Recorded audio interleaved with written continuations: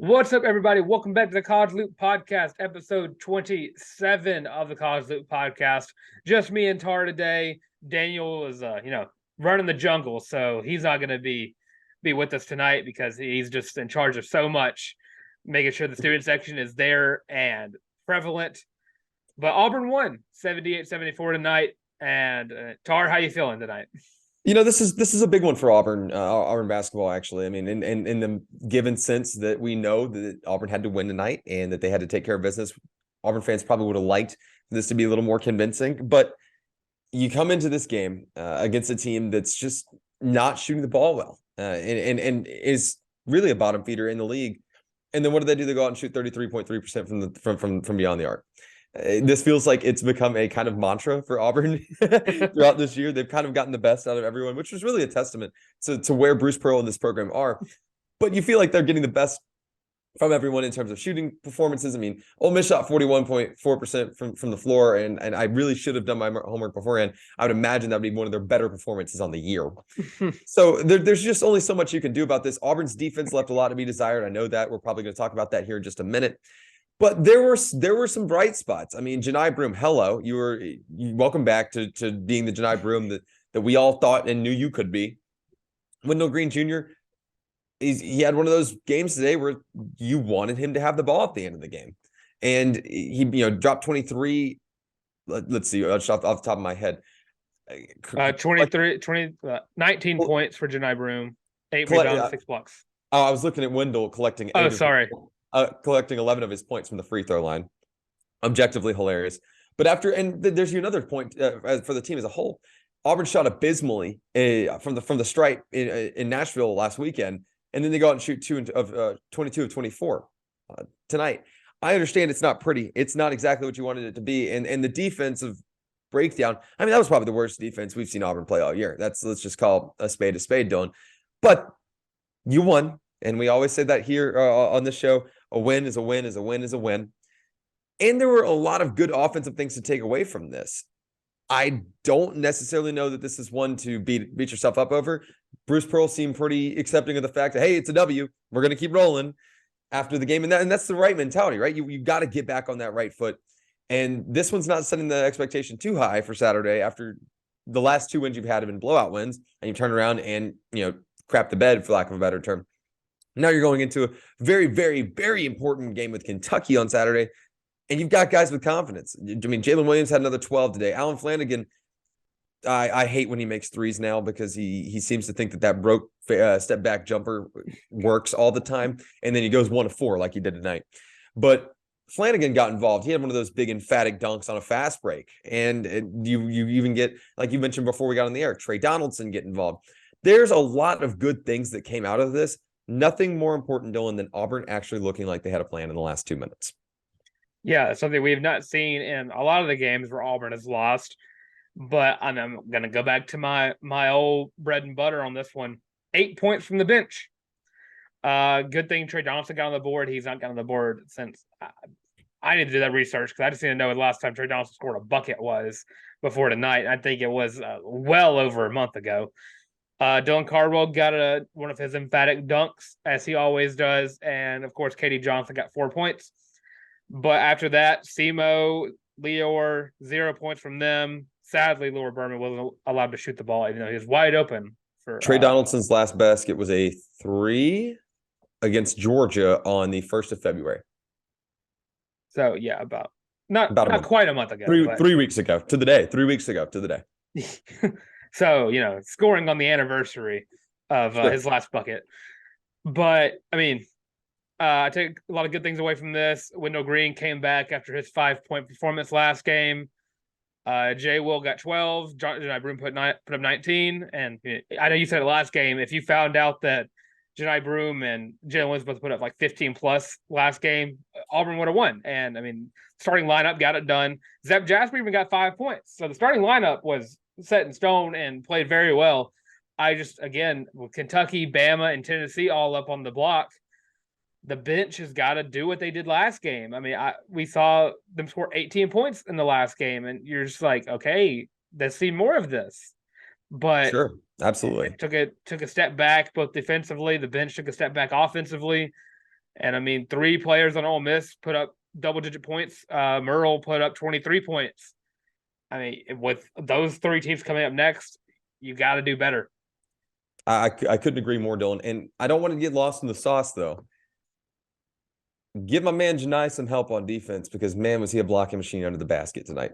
Oh, yeah. 6 blocks for Janai Broome. Love to see it. And there's so many of those situations, and you're going to know exactly what I'm talking about when I say this. It's not a recorded stat, but so many situations where Janai forces players into bailing out of going up to the rack and dishing the ball or kind of bailing out of their whole movement. That doesn't go on the stat sheet, but its impact is so immeasurable. It really is.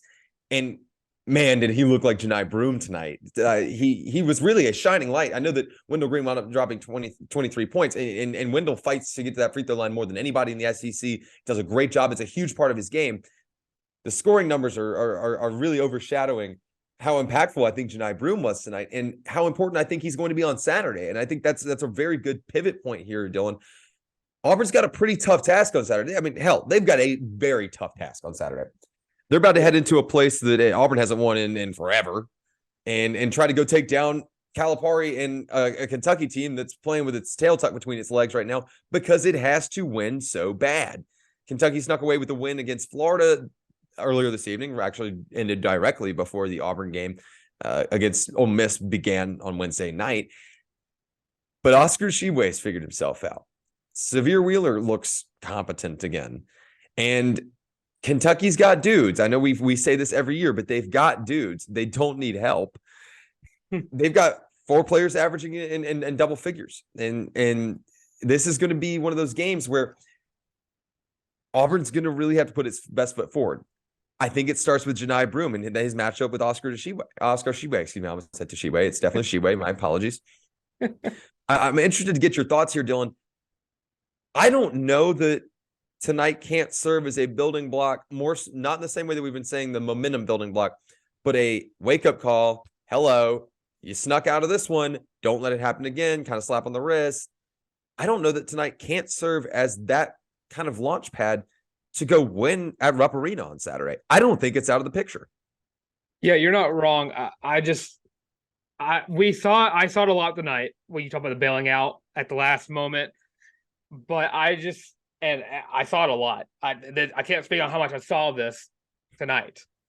I saw KD Johnson get frustrated at the defense because Janai Broome forced him to bail out and left a wide open guy behind the 3-point line. Oh, he needs help. Cannot do that against Kentucky, who is kind of getting back into the swing of things. They're not as good as probably Calipari wants them to be. They're also 36.3% from beyond the arc and 69.4% from the field. So you can't leave these guys open in space. You cannot. And I mean, Tshiebwe is what position? He's a forward, but he's a powerful guy. He's a powerful big dude. He will drive in on you in a heartbeat, no matter who's in front of him. And I mean, a lot of things going Kentucky's way. I mean, Ty can't get hurt this game because he's not on the team. Tshiebwe is actually 6'9", also nice, and plays forward. Just had to throw that out there. Yeah, but like as I was saying, like Ty isn't going to get knocked out of this game because he's not on the team anymore. So Auburn is going to have to lock down these guys like Severe, and Tshiebwe and Broome is going to be such a huge, and it's going to be the headliner of this game is the fact that we're going to watch Janai Broome try to put on a block party against a guy who's going to try to shoulder bump him out of the way. And let's not forget Jacob Toppin, brother of Obi Toppin. Jacob Toppin also has been balling out in Lexington this year and standing at 6'9", also playing forward. Janai's going to have his work cut out for him. I think he's more than capable. I think that he's the guy you want going up against this, but you're going to need some help beyond just Janai Broome. I do think it starts with him, Dylan. And I'm probably overly optimistic for what Auburn can achieve on Saturday against Kentucky at Rupp. But eventually that streak's got to fall. We've seen Kentucky lose to significantly worse teams than Auburn this year. We've also seen Auburn lose to significantly worse teams than Kentucky this year. So it should be actually a really fun 40-minute game. And in one of those that probably goes down to the wire, I think Auburn can get it done. Let's keep the ball rolling unless you had anything else you wanted to add there. I was just going to put a little, I'm going to need Auburn to win 2 out of these last 3 games to kind of prove to me that they are prepared for the tournament. Well, Auburn needs Auburn to win 2 of these last 3 games. So yeah, you're not in the Auburn needs Auburn to win 3 out of these 3 games. Right. But I would like to see Auburn win 2 out of these 3. Sure. Let's pivot over to football for a little bit. We'll jump back onto the hardwood here in just a little bit, Dylan. And we've got a great interview coming up here in just a little bit with former Auburn linebacker Brooks Walton. Ton of fun, walk-on guy. Great interview. Very excited about that. But I did want to talk. Spring ball is very, very close. It's around the corner, Dylan. Starts February 27th, starting earlier this year. Hugh Freeze and company getting after it, putting the nose to the grindstone.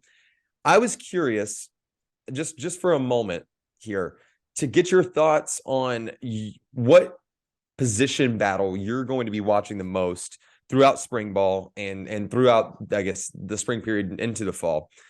That's not the quarterback battle between presumptively Robbie Ashford and Holden Jarner. And I'm curious to see where you go with this. If you want to go with what we have written on the rundown, that's fine. I'll build on it. But if you've got something else, I'm very interested to hear your thoughts. I'm actually going to go with the edge rusher position. I like that. Because that's going to be a battle of 3 monsters. It's going to be your Keldrick Fox, your Elijah McAllister, and your Dylan Brooks.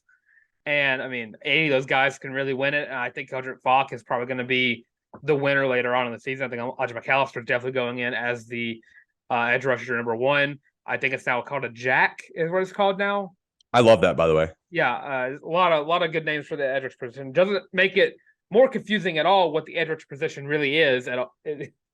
But another position you kind of look towards a little bit is the wide receiver position as well. Sure. Just because you're looking at Landon King, Camden Brown, Jafari Johnson, Coy Moore, all these big names. Nick Martin are coming in. You got to look at this. How does he plug in? Exactly. You're looking at it as who is going to be that number 1 target for Robbie Ashford or Holden Jarner or whoever is starting at quarterback for the Auburn Tigers, because the transfer portal, not over yet. Auburn could definitely just pick up a transfer quarterback right after the spring. Sure. But right now, we believe it's Robbie Ashford. We're going to stand behind Robbie Ashford being the guy for now. Who's going to be that number 1 target? I think it's going to be Camden Brown, but I also see a world where Landon King is just going to be the leading receiver. And, I mean, Rivaldo Fairweather is going to get some snaps at wide receiver as well. I mean, I'm a Coy Moore believer. I think he's got a ton of upside, and I've also let Zach Blackerby talk me into it. But his tape's good, man. It's just got to plug into the right scheme. And linebacker is also another one I'm going to be looking at because I want to see who's going to get that number 1 position between Demario Tolan or Robert Woodyard, Eugene Asante, and Wesley Steiner are all coming. Both those guys coming back. So it's going to be a really interesting battle for at least those 3 positions to me. I wanted to throw in one more, and there's a lot of position battles. I'm very interested in the running back room. Obviously, Jarquez Hunter is going to be your presumptive running back 1. But then you've got an interesting group. You bring in Brian Battie out of USF, who we probably believe will be on the special teams unit as well. That's probably why you bring him in, but you'd assume that he's going to get some form of touches if he can fit in this rotation. You bring Damari Alston back, who had a ton of potential, showed a lot of good things in 2022, really good at running behind the pads and getting downhill. And then I'm curious to see how maybe it's the running back 2 position that I'm looking at the most. I think Jeremiah Cobb and Zach Blackerby mentioned on the Auburn Daily Show, or excuse me, Lockdown Auburn rather, yesterday, I guess, as this comes out 2 days ago. But I thought it was very interesting. I don't know that you can keep Jeremiah Cobb off the field. I mean, the kid is just so talented. I don't know that you can limit his touches, and you may wind up having that kind of sneaky pick for a 300-headed monster in that running back room, because I personally don't think Damari Alston can lose snaps. I'm curious to see how that shakes out. We know DA is not one of those guys that's going to quit on you, but I'm not entirely sure that there can be a world where you keep Damari Alston off the field. I think there's just too much talent. I think there's a lot of potential in Jeremiah Cobb. I think he's probably going to be an outstanding running back in the future. I do think the smart thing to do would be to redshirt him for a year, just make it a 3-headed monster because Damari is so quick and powerful as a runner. Jarquez is Jarquez. And Brian Battie is going to be more of I could see Battie being the wildcat type running back and your speed. He's going to be your speed back. He's going to be your Ontario McCaleb type running back where he's just going to be, you're going to put him around the edge, let him just run to the sideline, cut up field, and make people miss from there. And he's going to be your return man. Jeremiah Cobb, I think, is definitely going to see action at least 4 games this season. Oh yeah, you got to play him at least as 4 because you just have to see how good he is, like in the first year. Sure. But next year, it's all Damari, and Jeremiah Cobb, which looks pretty close to a Cadillac and Ronnie Brown type mix up. But yeah, I think the running back 2 position could be very interesting just to see where they plug in Brian Battie. And I think Damari Alston is going to be more of your wing back and your two, like it's going to be Jarquez, Damari right next to the quarterback. Hear me out. Get a formation where you have Robbie Ashford, Jarquez, Damari, and Jeremiah Cobb all on the field at the same time with Landon King, and then just tell them to run the backyard football offense and see what happens. Quintuple option. I love it. The quintuple option. Yes. Let's go back to the hardwood for just a minute here, Dylan. I wanted to pop in because there's a lot of we're getting close to spring ball, and next week's going to be a heavy dose of football. So for you football fans listening to the College Loop, you don't have to wait much longer because it's going to pick back up, especially from now until really the end of May when we get toward the end of that transfer portal period. But then summer ball is kicking back up and we'll be going to camps and things of that nature. So it's going to be a heavy dose. You've had your one little shy away from football for just a brief period of time. But let's talk a little bit about women's hoops for a second here, Dylan. Auburn basketball is going to play, Auburn women's basketball rather is going to play UGA in Athens this evening as the show comes out. Auburn actually looks kind of healthy. I'm curious to get your thoughts here on. Yeah, no, it's kind of, I have to phrase it as a question because you never know. This team has been plagued with injuries like no team I've ever seen before, and I don't even know that that's an exaggeration. Like, yeah. I wanted to ask you. You lose to Tennessee on Sunday. We know this, but close loss in a hostile environment, and you're going into Athens against a team that's jockeying to make the NCAA tournament. How you can kind of ride that momentum from a loss? I know that's weird, right? I'm not being crazy. No, I don't think you are at all. I think I don't want to say Auburn's a bad team, but being a lesser team in the SEC and just such a competitive conference in general, I see like a close loss to a team like Tennessee, who is I think are they a blue blood of women's basketball? Oh, for sure, the Pat Summitt era. Yeah. And I think if you can close out with these last 2 wins. If you can get these last 2 games to fall down, I mean, Auburn could finish out either 16-12. I think they're going to end up either being 15-13. I don't know if they're going to drop one of these 2 games or not, because I think if Georgia can just, I don't know, play out a little bit more. But I think winning out these last 2 games will give Auburn a lot of good momentum, and especially if they stay healthy for the SEC tournament. I mean, it could go pretty far in the tournament. Yeah, things could get weird in a hurry. Yeah, because I mean, South Carolina is this dominant force, but I mean, they didn't win the tournament last year, so it could get real interesting very quick for women's basketball. Yeah, they didn't win the tournament; they did win the Natty. So, I mean, making it that farther than the first or second round in the SEC tournament for Auburn women's basketball right now is a huge step in the right direction. And I mean, with freshman class coming in, this freshman class getting a little bit older. Sure, agreed. I'm just glad I'm not going crazy. I know Daniel, if Daniel was here, he'd be yelling at Auburn women's basketball to get the ball inside and do what they do best. I just kind of want to talk from a holistic perspective for a second before we keep moving. I just wanted to mention, actually, I think that playing a team like Tennessee close on the road is one of those things where you can go into the next game and against a quality opponent and say, we hung with a quality opponent in a hostile environment. We can do this. Our young gals we're all kind of clicking now. We understand that you're going to get punched in the mouth in the SEC, and sometimes you're going to get punched pretty hard, and you just got to bounce right back. I think this group understands that more so now than they did. I confidently they understand it now more than they did 15 games ago. So that's I think tremendously, almost immeasurably valuable. Let's keep talking women's sports, Dylan. Yeah, we do a little women's sports conversation around here. We talk a little bit about women's athletics. Let's talk a little bit of gymnastics. What do you say? I'm always down to talk about Auburn gymnastics. I know you are. Auburn dropped to number 7 in the latest rankings after a loss at Mizzou last week. Whatever, it's fine. It doesn't matter. It's really nothing to press the panic button about, in my opinion. I mean, it's okay. It's going to be okay. There are some things you want to clean up. You've got an opportunity in Friday night's meet against UGA, number 14 in the country. We say this every single week. We sound like broken records. You have another opportunity to go toe-to-toe with a top 15 program, because the SEC, I swear, probably makes up 13 of those. I'd actually have to fact check myself. I would venture to say realistically like 7. I'm not even kidding. More than likely.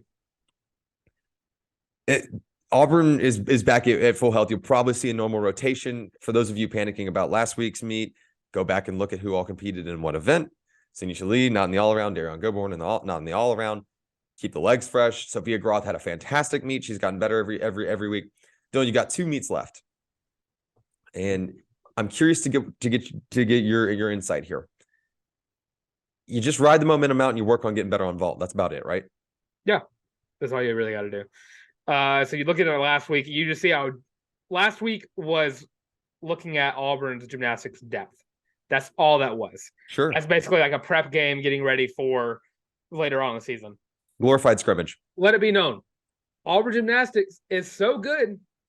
We were able to bench our 2 biggest guns against a top 15 team. From the all-around. I mean, they are the Darian Goborn was not on the floor. Yes. She did not compete in the floor. Sonny Lee, not on the floor. Auburn still played it very close until I guess the score isn't really going to show it, but still played it very close. And you're looking at it and you look at back in the schedule. I mean, Auburn is on a pretty good streak going on. And I mean, it's hard. It's always hard to win on the road in gymnastics. It's hard to do it. And I mean, it gets a little biased sometimes. Just the environments are unreal. Yes. I love the stance that gymnastics has gotten, and the fan attendance has skyrocketed for literally everyone's gymnastics program. And I mean, if you look at the schedule, Auburn's 0-3 on the road. So I mean, that just shows you how good the SEC is and the environments and whatnot. 1-2 in my book. Yeah. Yeah, I know exactly. In a lot of people's books, they're 1-2. Yeah, you're not wrong. But I'm looking ahead to Auburn being at full strength. SEC championships are coming around soon, and Auburn at full strength should scare a lot of SEC teams, except for maybe Florida.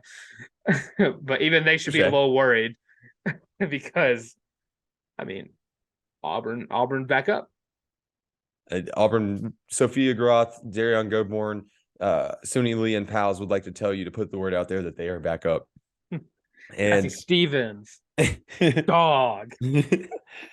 Even Jeff Graba, dog. Like, very, very talented group. Very excited to see how they perform, and I'm excited to be able to be. This is the first time I'm ever going to be able to go to SEC championships in person, Dylan. I'm very, very excited about that. It's a two session full day of nothing but high level gymnastics, and I know I'm rubbing it in now. I'm sorry. I'm excited. 2 sessions of just looking absolutely unathletic compared to. Yeah, just reminding myself as I'm eating those really, really, really, really crappy stadium nachos. I'm just like, you got to do it better than that, chomp. You know what I mean? Hand me knock that down with 4 Mountain Dews. Same concept, right? Let's talk diamond sports, Dylan. Spring is here. It's starting to get warm. It's like we're getting the fall spring right now. We're going to get that one last little fake winter, and I think spring is here. Auburn baseball. I don't even I use the word thumping that they delivered to North Alabama on Tuesday night, which, side note, before we talk about this a little bit, I love that Auburn's playing North Alabama in Huntsville at Toyota Field, home of the Rocket City Trash Pandas. Love this tradition. Glad that this is a thing that's going to continue going forward. I'm a huge proponent of playing your in-state schools as much as you can. Love when Auburn plays UAB, Troy, Sanford, the whole 9. Just think that's a super cool opportunity.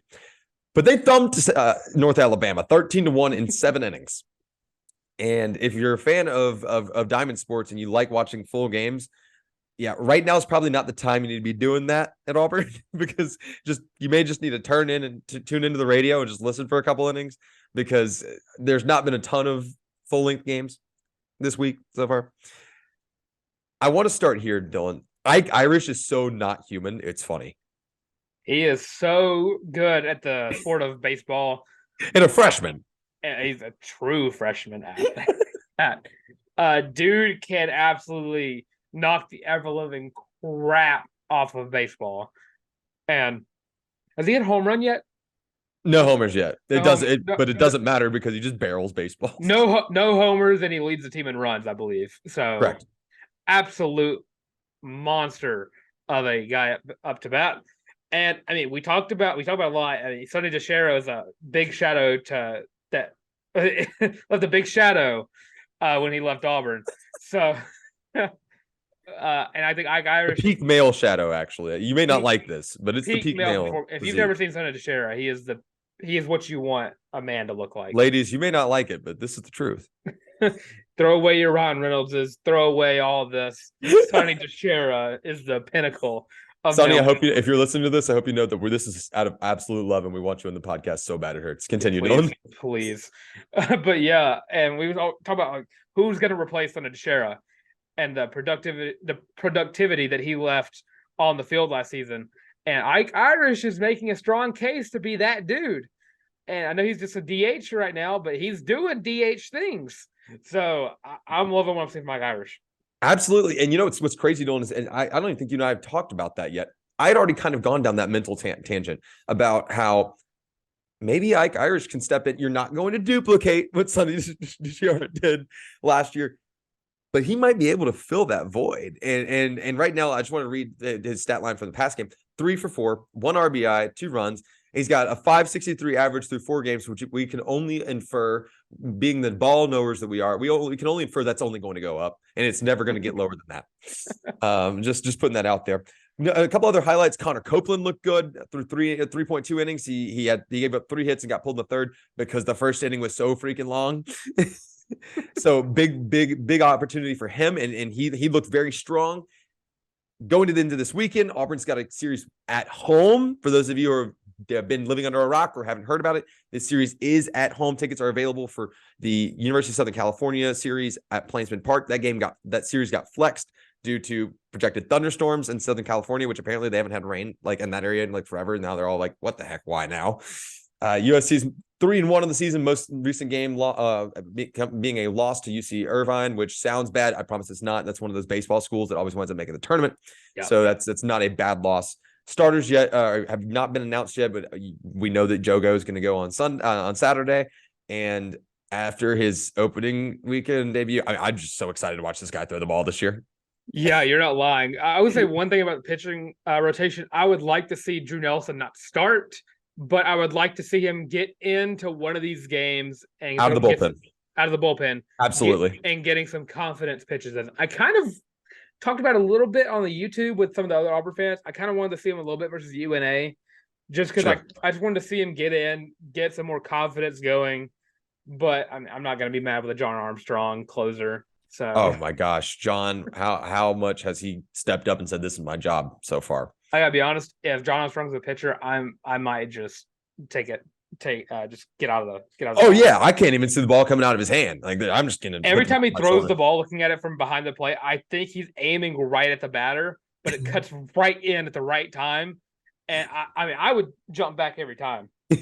John has solidified himself, and we talked with Lindsey Crosby before the season. He was probably going to wind up getting that that closing role rather.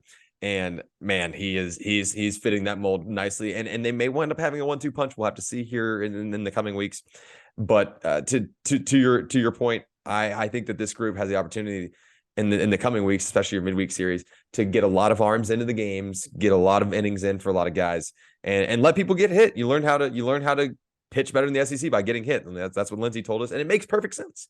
So a lot of good things going on there. On the other side of Diamond Sports, another, I guess for all intents and purposes, butt whooping. Auburn softball delivered a 10-1 defeat over the UAB Blazers. Once again, I think it's super cool when Auburn gets to play these in-state teams. Always a ton of fun.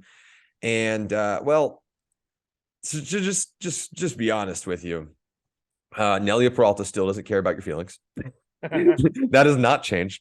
Bri Ellis had another Bri bomb, which makes every appearance after showing up on the college loop. She has hit a Bri bomb. I need to put the word out there.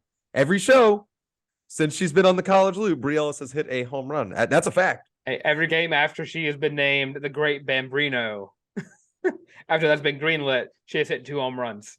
That's right. Every game. And I did see someone quote tweeted the Auburn softball page of when Bri Ellis hit a home run with hashtag the Great Bambrino. Love it. So excited to see it. It spreads, as John Rothstein always says. So ton of fun there. And I mean, this team, dude, I mean, it's almost like they're playing on rookie mode right now, and they've got.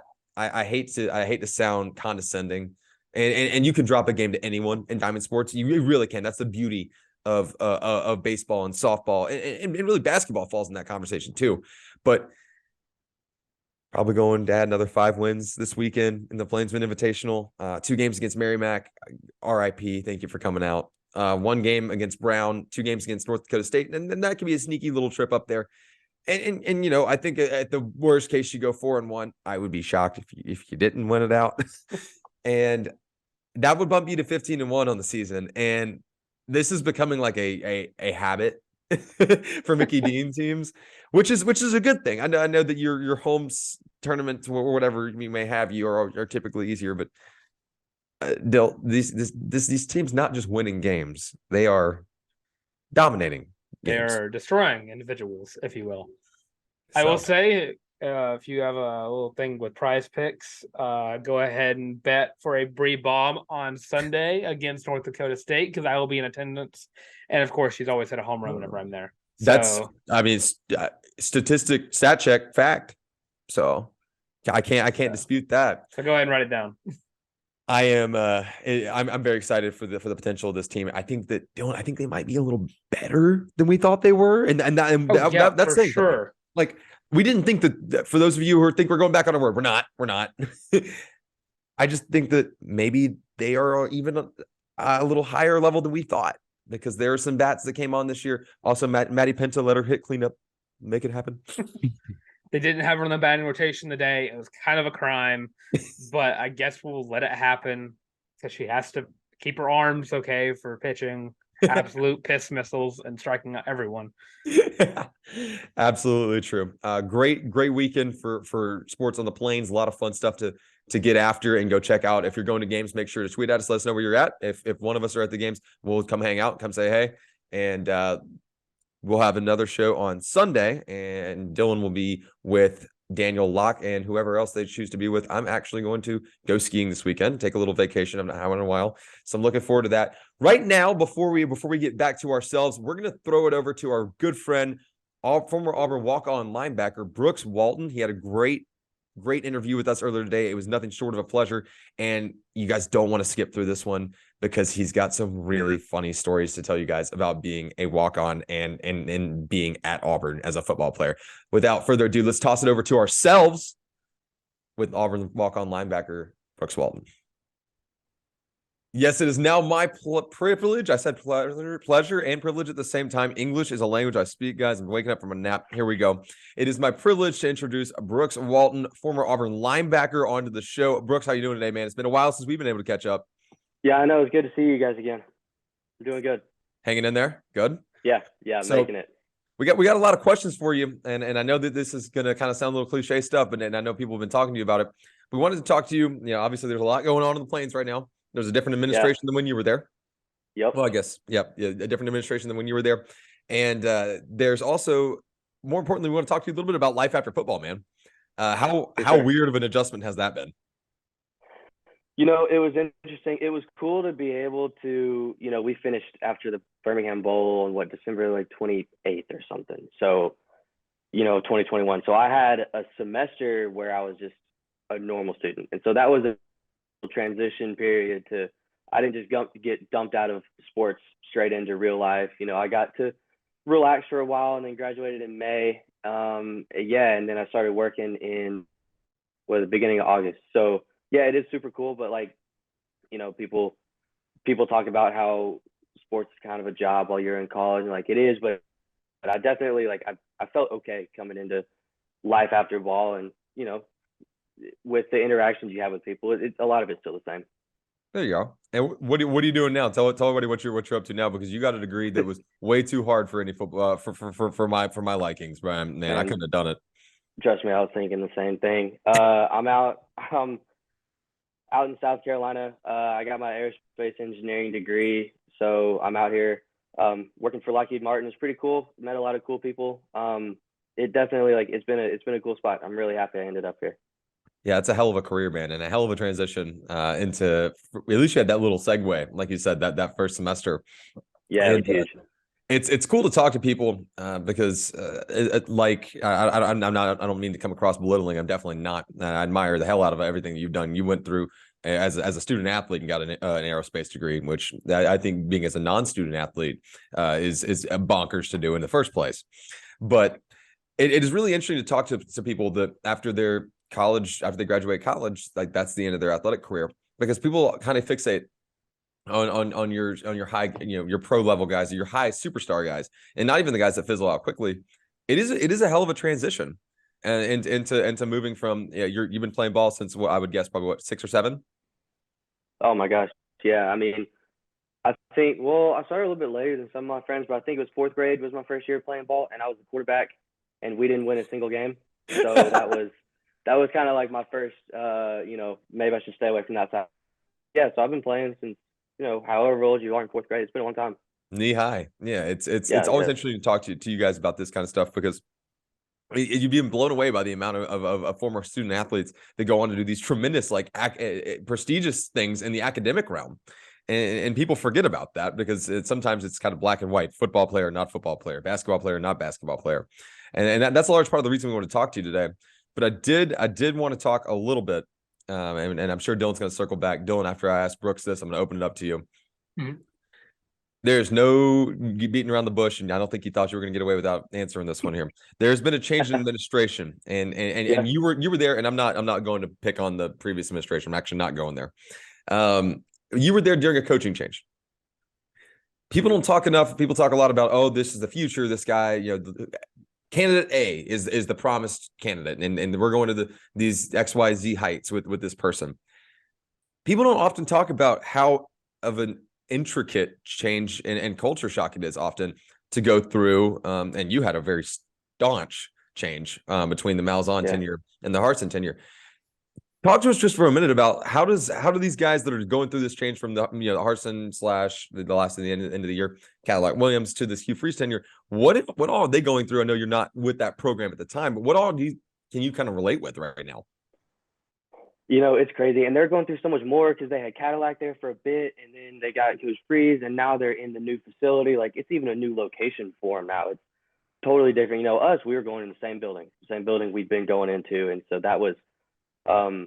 But I mean, there's so much about it that I've realized it happened, and then you forget because it's just part of day-to-day life. But things like, so the new coaching staff comes in, you hear about them. Some people on the team I know heard from like social media before they heard from the actual administration. And so it's kind of this weird interaction of who knows what, who has what source. And, I mean, a lot of times especially as walk-ons, we were in the same page as everybody else. We really didn't know. But then, they come in, you hear, okay, this is your guy, this is who it's going to be. And it was cool that we had Coach Steele coaching for the bowl game, but Coach Harsin had already been named the head coach.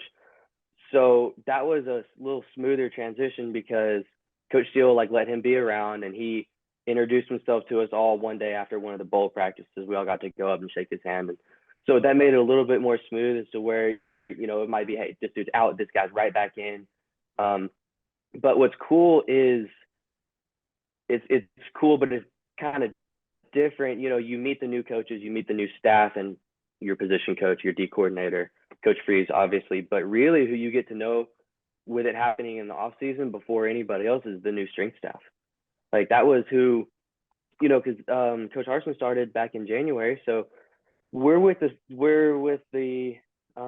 strength staff the whole time, and we're with them every day, and they get to know us way better than maybe our positions do, and that's not bad or anything, but I mean, people say it, and it's true that the strength staff spends more time with you than pretty much anybody else because they're with you all year round. They're with us pretty much almost the whole day in the summertime. So whoever the new strength coach is and all the assistants, they're trying to figure out their new cadence of how you work out and who goes with which coach and how do you do, like little things like warm-ups. We're all used to warming up one way, and then you start it some way new. So that part's really cool. And then obviously, there's a transition period which is where they come in and they've probably done little one-on-one meetings with everybody, which is a really good thing. And they just kind of get to know who you are. And I really like that part. I really like being able to do that with the new coach because, you know, you can come in and say, hey, here's what I've done. And they obviously have your transcript and they've got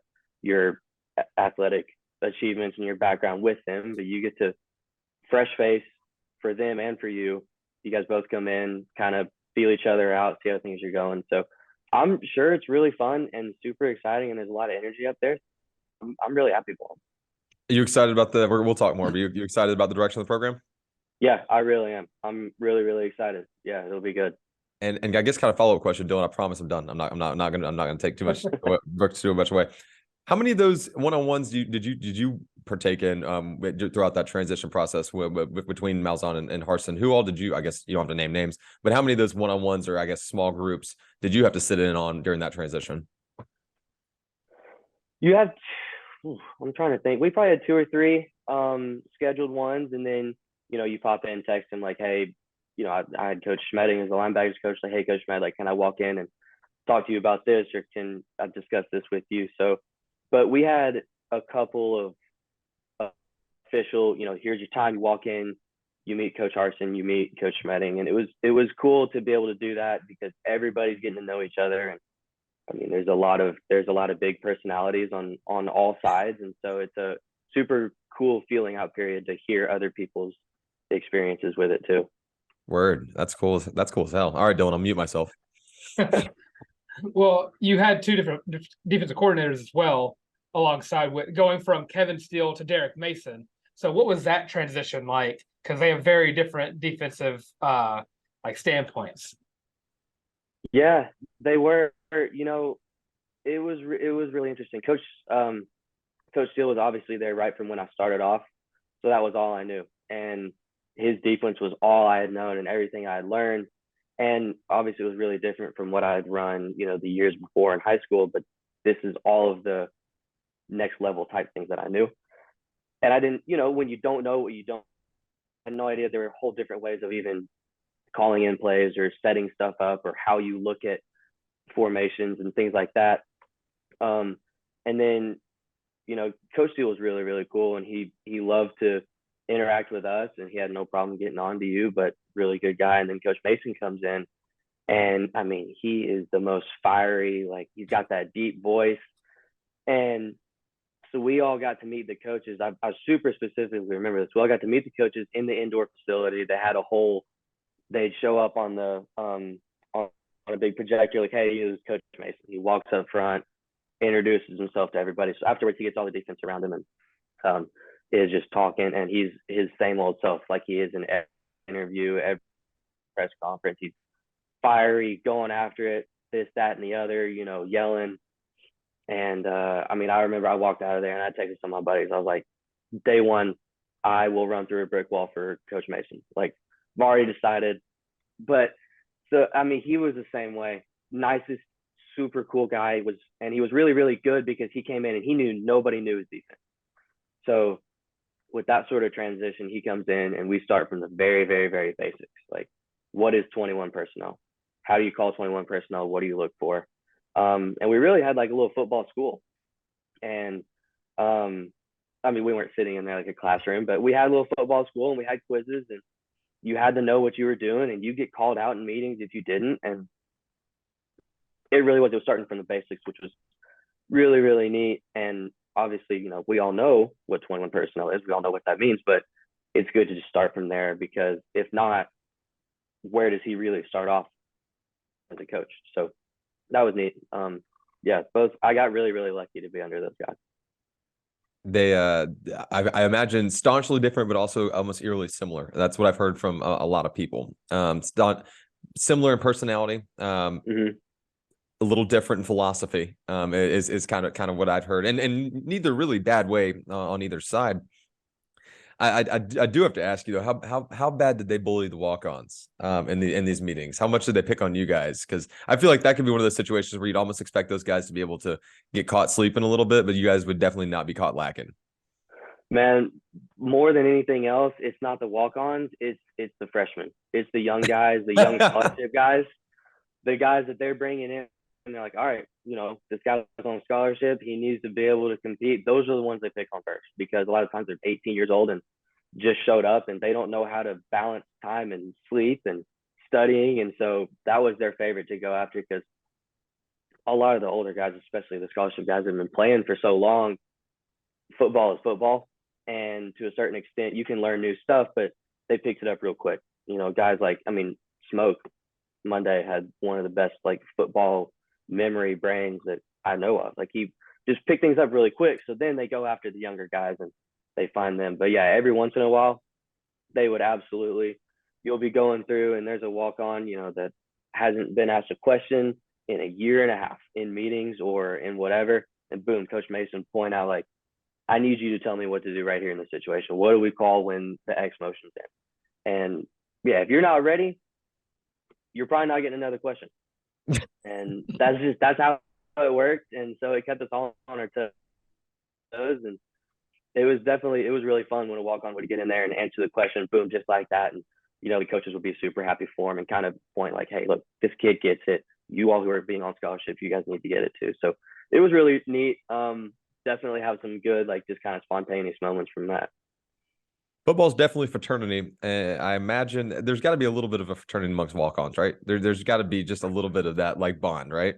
There absolutely is. Yeah, I mean, it was going on before I got there, and I kind of got thrown into it, and it's really cool. And there's definitely not a us versus them type of feel, but you know, if you see a walk-on doing good, if you see somebody like, you know, my buddy Jackson McFadden, if you see him go out there and he gets a hold, like, this is so awesome. Everybody's super happy for him. You don't care if you're going up against him every day, like in one-on-ones or whatever it might be.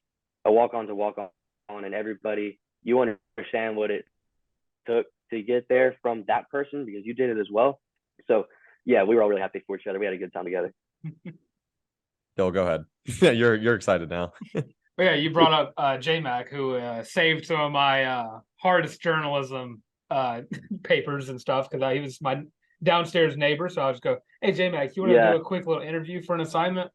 So so what was the walk-on process like going to the schools?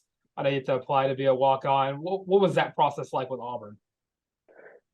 Yeah, mine was a little bit different than what it normally is. So I can't speak to a normal Auburn walk-on process, but so you have to, you know, when you're in college, you're getting recruited and this, that, and the other. And I wasn't, you know, I'm not going to say I was recruited as highly as, you know, most of these other dudes, but you get offers to smaller schools and you get chances to go to camps at bigger schools, but maybe not get the offer. So my first thing was I had to balance, like, do I want to go somewhere where I know I can play, where I have an offer, or do I want to go somewhere like Auburn, where, like, I always told my family I wanted to go somewhere where football mattered.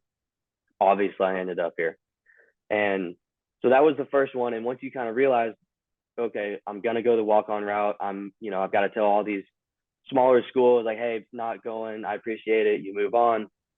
And then, so you've got to apply, you've got to start basic. I mean, you hear about guys like Josh Allen, you know, you reach out to every single coach that you can, trying to get a roster spot. And then, you know, there's a coach that's in charge of bringing on walk-ons, and you figure out who that guy is, send him a couple of emails, give him a call if you can. I got real lucky because my high school head coach had connections up here.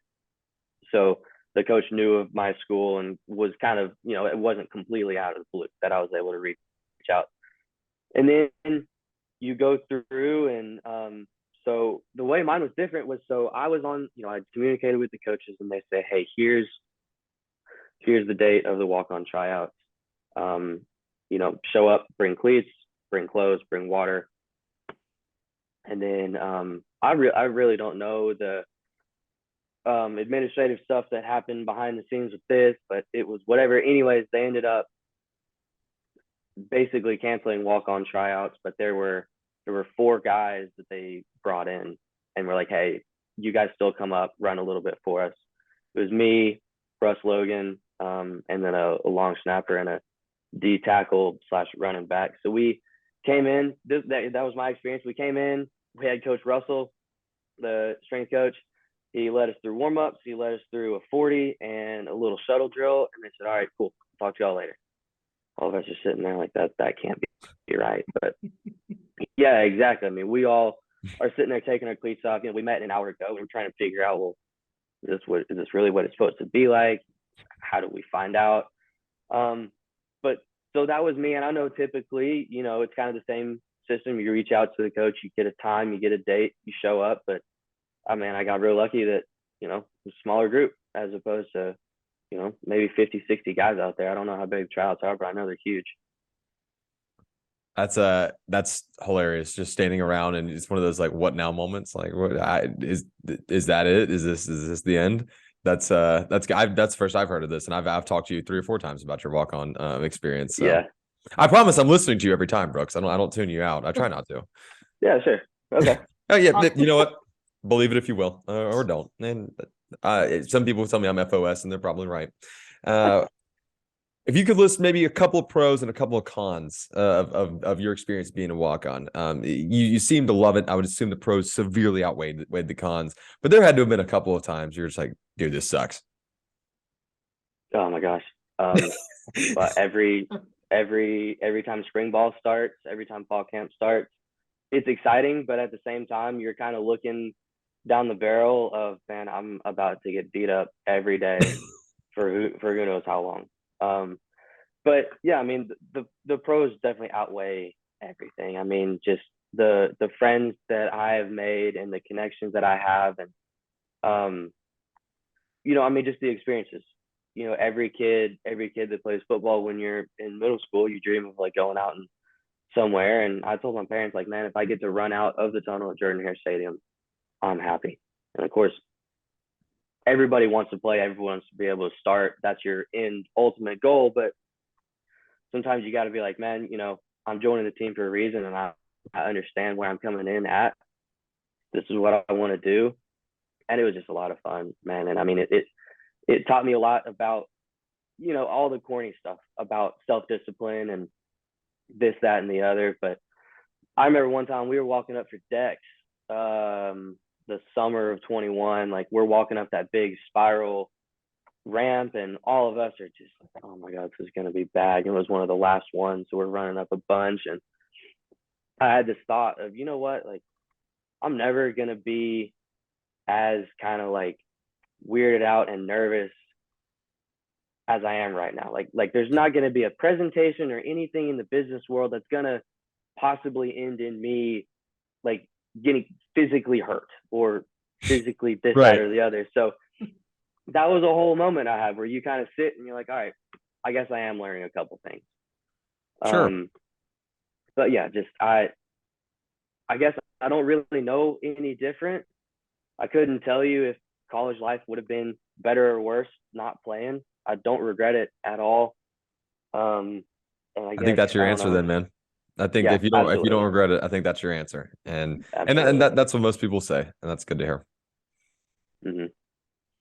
Dylan? Well, you know that there's always those guys in the locker room who can just make the entire team just bust out laughing.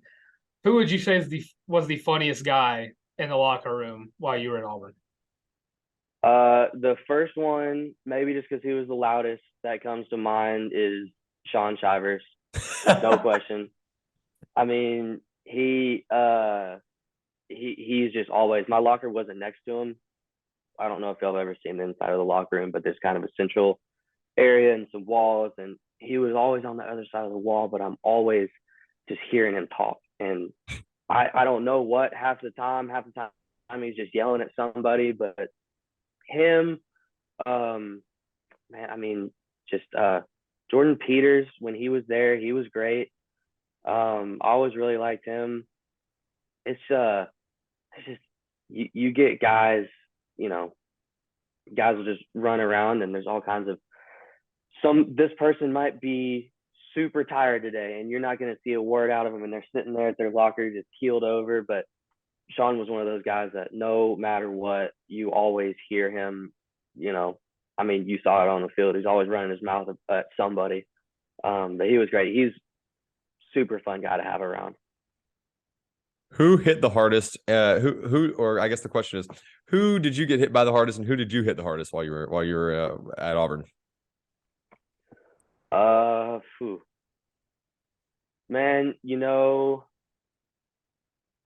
Actually, no, I know exactly what it was. There was one day, it wasn't one particular hit. I can think of some other dudes that, like coming off the edge, they didn't see the point guard and they ended up flat on their backs. But the worst I had it was that 2021 season, and we were running a bunch of gap scheme stuff with the offense, so they have scout defense out there. And so for 8 plays in a row, break, and then 8 plays in a row, we had JJ Pegues.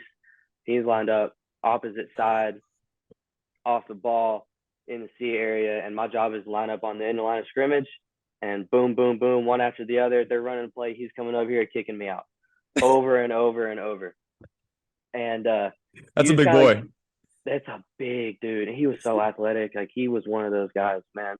But I came home that day and I was taking all of it just on one side. So I get home, this one arm is completely bruised. My roommate's wondering what's happening. I'm like, man, it was just practice. Today I drew the short straw. I've seen some things. Yeah. Yeah, exactly. Man, I don't know about the hardest time I hit somebody. Because most of the time, when you're running scout defense, it's hit and fit. Like, you kind of fit up with the lineman, and then, nobody's trying to kill each other out there. But yeah, I mean, there's just, I'm sure I'm forgetting a bunch of times where I got my bell rung or ended up on my back. It happens every day to anybody. Sure. Yeah. Dylan, do you want to build on that one there? I see. I'm trying to think because I find it funny that JJ Pegues hit the hardest, but I also understand where that comes from because the dude's 300 pounds that can run a 4.5 40. It feels like dude could jump like no one's business. The Pegasus nickname was so awesome while that was still. It was crazy. Yeah, Gary Danielson had a different nickname for him. If you don't remember that, yeah, we don't need to bring that one up. Thank you. that might have been the worst broadcast call I've ever heard in my life. Pretty bad. Pretty. Hey, did you ever count your blessings for that? Did you ever count your blessings for not having to listen to TV broadcasts? Well, if I didn't travel to away games, I was stuck listening to the TV broadcast. Right. So I got some of it. Don't worry. You got your fair share, and then some. I did, definitely. What do people not think about enough when they talk about a day-to-day life of a college athlete, not necessarily just a football player or a walk-on? Things that maybe slip between the cracks that are either extremely annoying or maybe like they're like kind of a cool little thing, other than the fact that you get all this free drip. I think they do give you guys the drip for free, right? It is. Well, yeah. Okay. You don't pay any money for it. Yeah. Okay. That's good. Well, that was always what I told people. Yeah. Kill that. That part's really cool. It's good to, I mean, it was really cool. It was, selfishly, it was really fun to be a part of the team and to have people know that I did this thing that's really, really hard that not many people do. The thing that people don't understand about it, and I don't blame anybody for it. But you just don't really understand. I had no clue until I got there, was just time and the amount of time that you're doing stuff. And because, people talk about in the pros, once you become a pro, you have all this time to just study film all day long. Like, man, when you're in college, you got to deal with class, you got to deal with whatever else. And so like, days where, especially if you're hurt and you're having to do rehab and stuff, there are days where, you got workouts in the morning, 6:30, class, treatment, maybe lunch, meeting, another meeting, practice, grab dinner on the way out, go home, work on homework till whatever time you get to go to bed.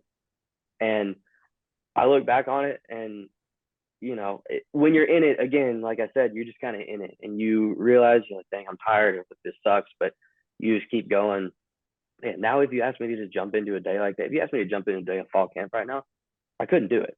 I just, it's just mentality and it's a certain faith and just you condition yourself to do all these things. But that's the number one thing. I mean, people would be like, hey, all the time, you want to do this? Do you want to grab dinner? Do you want to go here? Do you want to watch this? Do you want to study at this place? I'm like, man, I can't. Like, I'm going to be at practice. I'm going to be at home. But again, I mean, like I said, I don't regret it. at all. So that part's nice. I definitely get that. Definitely made your routine of working for Lockheed not that difficult to adjust to, I'm sure. Nothing can compare, I'd imagine. It's just different. Like you sit at a desk all day and you do get tired. And I get mad at myself. Like, why am I tired? I haven't done anything all day. But, it happens. It's just, yeah, it's totally different. I look back on some of the scheduling stuff that we have. Geez, this is just crazy. Insanity. Dylan, go ahead. Mm-hmm. Well, when you look back at your time at Auburn, what was your favorite memory from playing football? The one I tell people 100% was that my senior year, 2021, we're playing Ole Miss at home. We win 2 parts, really. Jalen Simpson's interception coming across the back of the end zone on the south side of the stadium. I happened to be standing kind of further back along the sideline, and I was lined up right where what's his name? Who's the quarterback? You said Jackson Dart? No, at Ole Miss in 2021. Oh, Corral. Yeah, no. Yeah, Matt Corral. Altmaier. Yeah, Matt Corral. That was Corral. Yeah, it's Corral. When he threw that pick to Jalen cutting across, I'm standing right behind him, and I know why he threw that ball. You see exactly what he sees, and it just looked like the Red Sea had parted. And so he throws it. I'm freaking out. Jalen comes across out of nowhere, picked it. That's probably like the coolest play. No, Zacoby's pick 6 in the Iron Bowl. I was wondering where that one was going to wind in up. 2019. Yeah, for sure. But after that Ole Miss game in 21, that was the first night game with the lights, with the new orange LEDs and everything. And we had shook hands. We'd done the prayer with Brother Chet after the game, and everybody's heads was in the locker room, and the student section was still full. They started playing swag surf, and everybody's kind of jogging in, and then you see some guys kind of looking around like, hey, should we? And then, some of the guys like Jacoby and guys like that were the first ones over. They just took off to the student section. So we all got to run over there, stood with the students, lights are flashing, swag surf, music, everybody was just, that was the coolest part, for sure. Hell yeah, it was. Well, yeah, it was really neat. Brooks, we really appreciate you taking some time to talk with us today. I got one last question for you. This is the most difficult one I'm going to ask you before we get out of here. Yeah. You're an Arkansas kid, right? So you grew up in Arkansas, correct? So you're probably a barbecue aficionado. Okay. I mean, if I'm not mistaken here, best barbecue spot in Auburn. This is a reoccurring theme here on our show. Go. Byron's, for sure. Byron's. Mm-hmm. Okay. What do you get there? I got pretty much everything there. Probably pulled pork sandwich. He's one of us, Dylan. We're just like him, for real. Yeah. Honest with you. No. Brooks, thank you so much for joining us today, man. We had a ton of fun. You're welcome on the show anytime. Come talk ball. Spring ball firing up next week. Shoot me a text if there's something you want to talk about. You're always welcome. It's always a pleasure to catch up, and we really appreciate it. Yeah, I thank you guys so much. It was a lot of fun. No problem. That was Brooks Walton. We'll throw it back to ourselves to get out of here, Dylan. So if you want to do your little wizardry magic, you can go and cut the timer for me. Yes, a big time thank you to Brooks Walton, friend of the program. I doubt this will be his last time on the program. Dylan, he was so much fun to talk to. What a good dude. Oh, yeah. I love talking. The walk-ons always give the best stories. That's because right. They see it all. And whenever they get into the game, it's always a blast. That's right. Laces out 8-4. Shout out Jackson McFadden, who friend of the program once again, and excited to hopefully talk to him in the near future. For now, that's all we've got for the Thursday edition of the College Loop. Thank you guys so much for tuning in. If you want to check out my written work, you can find my work at the Auburn Daily. My Twitter handle is at Bri Harrison Tarr, like you're reading a byline. You can also find, there we go. Find more of my podcasting work on the Auburn Daily Show every Wednesday and Friday. Wednesday with Dylan Larck, Friday with the fantastic Lindsey Crosby, Auburn baseball certified genius. Dylan, I've had a ton of fun with you this week, man. Definitely looking forward to talking some ball later on in the week. Enjoy going to see another Bri Bomb on Sunday, and let's get out of here. Always.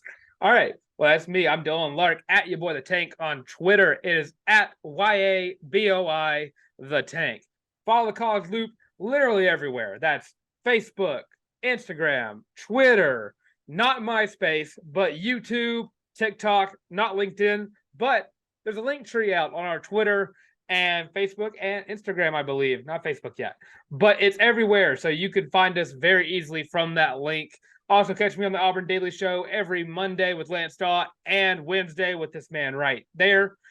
And catch our last episode where we talked about where does Robbie Ashford rank amongst other SEC quarterbacks. And with that, this has been the College Loop.